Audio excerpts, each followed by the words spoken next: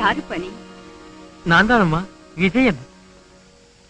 ஒரு நாள் அடிபட்டு உங்களிடம் வந்தபொழுது எனக்கு அடைக்கலம் கொடுத்தீர்கள். தீய சக்தியிலிருந்து தப்பித்துக் கொள்ள ரட்சை கட்டி அனுப்பினீர்கள். அந்த ரட்சையின் பலம் இருக்கும் வரை எனக்கு எல்லாம் வெற்றியில் தான் முடிந்ததம்மா. இப்பொழுது நான் பைரவத்தீவுக்கு புறப்படுகிறேன் அம்மா. மறுபடியும் உங்களிடம் ஆசி பெறுவதற்காக வந்தேன்.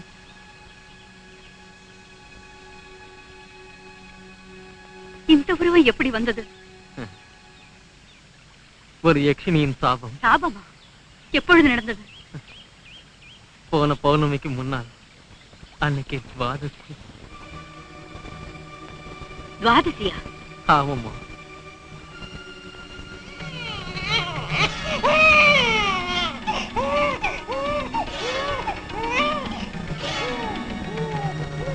தம்பி, நீ யாருடைய பிள்ளை?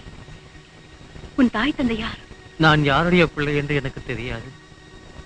கோமதி நதிக்கரையில் இருக்கின்ற ஜவ்வாது மலையில் வளர்ந்தேன்.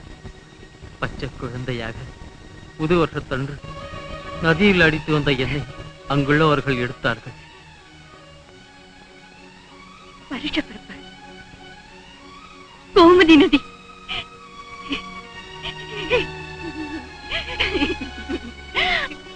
மகனே, நீ வேற யாரும் இல்லை, என் மகன் தான். உன்னை நதியிலே தவறவிட்ட துர்பாகியசாலி நான் தான். அம்மா, மகனே, நான் தான் அப்பா உன்னை பெற்ற தாய். அம்மா, மகனே, அம்மா.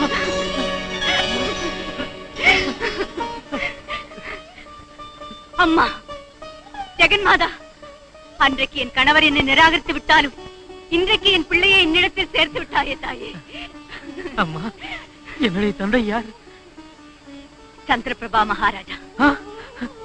சந்திரபிரபா மகாராஜாவா? ஐயோ, அவரை நான் பார்த்தேன் அம்மா. நீயா? ஆமம்மா. தாலி கட்டாமல் கல்யாணம் செய்து மனைவியை நிராகரித்தேன். அந்த பாவத்தை அனுபவிக்கிறேன் என்று வேதனையுடன் சொன்னாரம்மா. எல்லாம் நல்லதுக்காகவே நடக்கிறதம்மா. அவர் யார் என்று தெரியாமல் இருந்தாலும் அவருடைய நிலைமையை பார்த்து எங்கள் ஊருக்கு அனுப்பி வைத்தேன் அம்மா.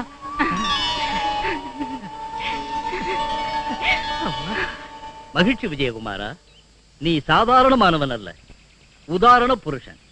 அதனால்தான் உனக்கு அந்த தெய்வ குதிரை வரம் தந்தது. அதன் உதவியால் நினைத்ததை முடித்து உன் பெயரையும் புகழையும் நிலைநாட்டிக் கொள்.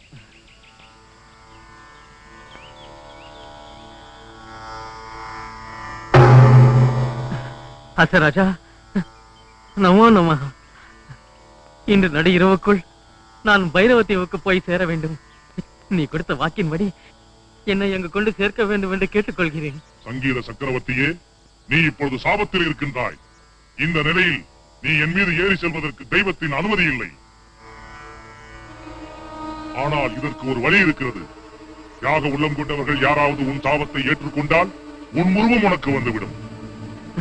மன்னியுங்கள் அஸ்வராஜா, இந்த உருவத்தை வேற யாருக்காவது கொடுத்து அவர்களை வேதனைப்படுத்த விரும்பவில்லை. நான் இந்த உருவத்திலேயே செல்கிறேன்.